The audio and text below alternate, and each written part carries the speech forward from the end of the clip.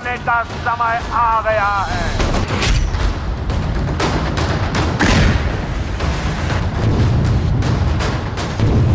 पहलगाम आतंकी हमले के बाद जम्मू कश्मीर में आतंकवादियों की उल्टी गिनती शुरू हो चुकी है।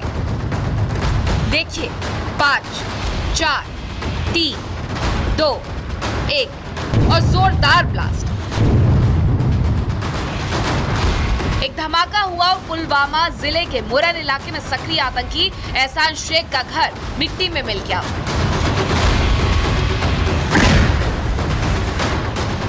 वैसे ये धमाका हुआ तो जम्मू कश्मीर में है, लेकिन इसकी गूंज पाकिस्तान में जरूर सुनाई दे रही होगी। आतंकी एहसान शेख पहलगाम आतंकी हमले के मास्टरमाइंड आदिल ठोकर का साथी बताया जा रहा है। आतंकी एहसान लंबे समय से घाटी में सक्रिय है, लेकिन सेना के इस एक्शन को देखकर आतंकी का कलेजा ही कांप उठा होगा। पहलगाम में हुए आतंकी हमले के बाद से सेना की ओर से लगातार एक्शन जारी है। इस वक्त जहां मेरी मौजूदगी है, ये पुलवामा का मरन इलाका है और यहाँ पे जिस मलबे को देख रहे हैं आप, जो कल तक यहाँ पर घर था और आज मलबे में तब्दील कर दिया गया है। दरअसल ये घर है एहसान उल हक का, जो कि साल 2018 में ही पाकिस्तान जाकर के ट्रेनिंग ले चुका था और कुछ दिनों पहले ही घाटी में एक बार फिर से इसकी एंट्री हुई थी। और आकलन इस बात को लेकर के, शक इस बात को लेकर के है कि पहलगाम में जिस तरीके से आतंकी घटना हुई उसमें इसका हाथ हो सकता है मददगार के रूप में, और चाहे हथियार पहुंचाने को लेकर के। तो तमाम आरोपों के बीच जो एहसान उल हक का जो घर है वहां पर कल सेना की ओर से सर्च ऑपरेशन चलाया गया और सर्च ऑपरेशन के दौरान इस घर को ब्लास्ट के जरिए कम से कम ध्वस्त कर दिया गया है। बड़ी बात यह है कि कहीं बम चल रहा है तो कहीं बुलडोजर गरज रहा है। ऑपरेशन मिट्टी में मिलाव फुल एक्शन में है। जो हाल सुरक्षा वालों ने आतंकी एहसान शेख के घर का किया है, ठीक वैसा ही एक्शन कुलगाम में भी लिया गया है, जहां सुरक्षा बलों के जवानों ने आतंकी ताबूत पर एक और कील गाड़ते हुए आतंकी जाकिर के घर को जमींदोज कर दिया। इसके अलावा घाटी में सुरक्षा बल के जवानों ने आतंकी जाहिद अहमद के आशियाने को भी तबाह किया है। वहीं आतंकी आसिफ शेख और आदिल ठोकर के घर को भी मिट्टी में मिलाया जा चुका है। पहलगाम आतंकी हमले के बाद सेना और सुरक्षा बल के जवान इतना गुस्से में हैं कि आतंकियों का बचना अब नामुमकिन है। सेना की आतंक के खिलाफ ये स्ट्राइक आतंकियों को सीधा सीधा और दो टूक संदेश है कि कोई भी बचने वाला नहीं है। आज घर टूटा है तो कल जब ये आतंकी सेना के हाथ लगेंगे तो सेना इन्हें कहां से तोड़ेगी, ये आतंकी सोच भी नहीं सकते। Bureau report, Republic Bharat. तो पाकिस्तान में भारत के एक्शन का असर देखने को मिल रहा है और आ रहे हैं हम ये साफ कर दिया है। जहाजों की बात करें तो 293 संख्या है। इसके अलावा अगर युद्ध पोतों की बात करें तो 150 की संख्या हमारे पास है।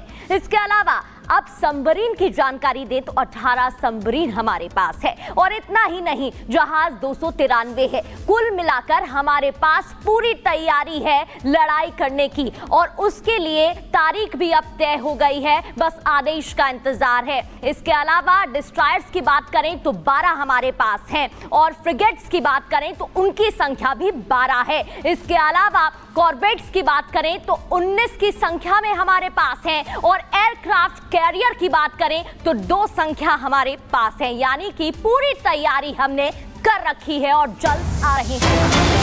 और इसी तैयारी का नतीजा ये है कि अब पाकिस्तान में इसका असर देखने को मिला है।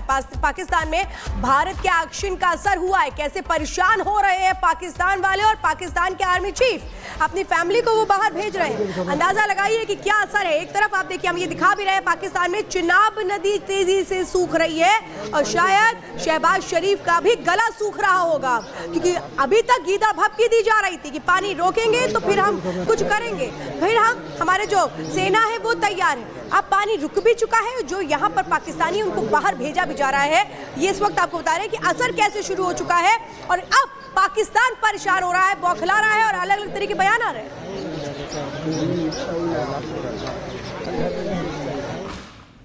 तो पाकिस्तान पर हमला होने वाला है, ये खुद अब वहां के जो पूर्व राजदूत हैं वो भी कह रहे हैं, वो भी मान रहे हैं। इसकी जो डेडलाइन है वो दी जा चुकी है, तारीख तय हो चुकी है और जो तारीख तय हुई है अब कैसे पैर जमीन सब कुछ अब समझ में नहीं आ रहा, करें क्या करें, कहां जाएं, क्योंकि अब पाकिस्तान को समझ में आ चुका है कि या तो गलत है जिसकी भरपाई भी करनी होगी। एक रिपोर्ट देखिए।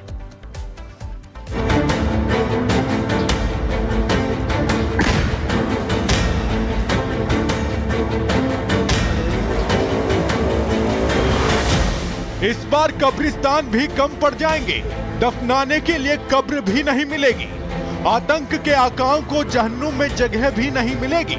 तारीख आ गई, पाकिस्तान ने खुद बता दी, पाक ने बताया भारत कब छोड़ेगा मिसाइल।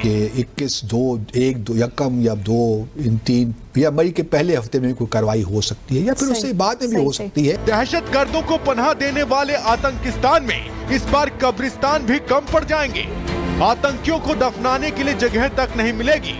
दहशतगर्दों को पालने वाला पाकिस्तान तबाह होने वाला है और आने वाले 7 दिन में कुछ बड़ा होने वाला है। पाकिस्तान में पल रहे आतंक के आकाओं की तरफ मिसाइल मुड़ गई है, निशाना तय हो गया है, ट्रायल भी पूरा हो चुका है। धरती से लेकर आसमान और पाताल से लेकर समुद्र तक मिसाइलों का परीक्षण कर लिया गया है। बस इंतजार है आदेश का, एक आदेश और पाकिस्तान तबाह। आतंकिस्तान पर कब मिसाइल छोड़ी जाएगी इसका पाकिस्तान ने खुद अंदाजा लगा लिया है और तारीख भी खुद तय कर ली है और उसने कैलकुलेशन भी कर लिया है, दिन गिन रहा है, एयर स्ट्राइक और सर्जिकल स्ट्राइक से गुना भाग कर रहा है और फिर फाइनल कैलकुलेशन भी निकाल लिया है कि किस दिन पाकिस्तान पर धमाका होगा। तो मुझे शक नहीं है कि कोई ना कोई कार्रवाई तो जरूर भारत करेगा। भारत जो है कोई कार्रवाई करता है, जो करेगा वो आज हो, कल हो, हफ्ते के बाद हो। देखिए ना, पुलवामा का वाक़या हुआ था 14 फरवरी को, हाँ जी, और बालाकोट का वाक़या हुआ था 26 फरवरी को, यानी 12 दिनों के बाद भारत ने वो कार्रवाई की थी। अगर उसी पैटर्न को रखा जाए तो ये 22 अप्रैल को हुआ, तो आप तवक्को रख सकती हैं कि 21 यकम या 2 इन 3 या मई के पहले हफ्ते में कोई कार्रवाई हो सकती है या फिर उससे बाद में भी हो सकती है। मतलब साफ है कि पाकिस्तान को लगता है कि 4 से 5 मई के बीच उस पर तबाही बरसने वाली है और भारत की तैयारी से उसकी यह आशंका सही भी लग रही है। आतंक को पनाह देने वालों की कब्र खुदनी शुरू हो गई है और इसीलिए पाकिस्तान के प्रधानमंत्री शहबाज शरीफ के सपनों में अब तबाही की तस्वीरें आने लगी हैं। Water is a vital national interest of Pakistan, our lifeline.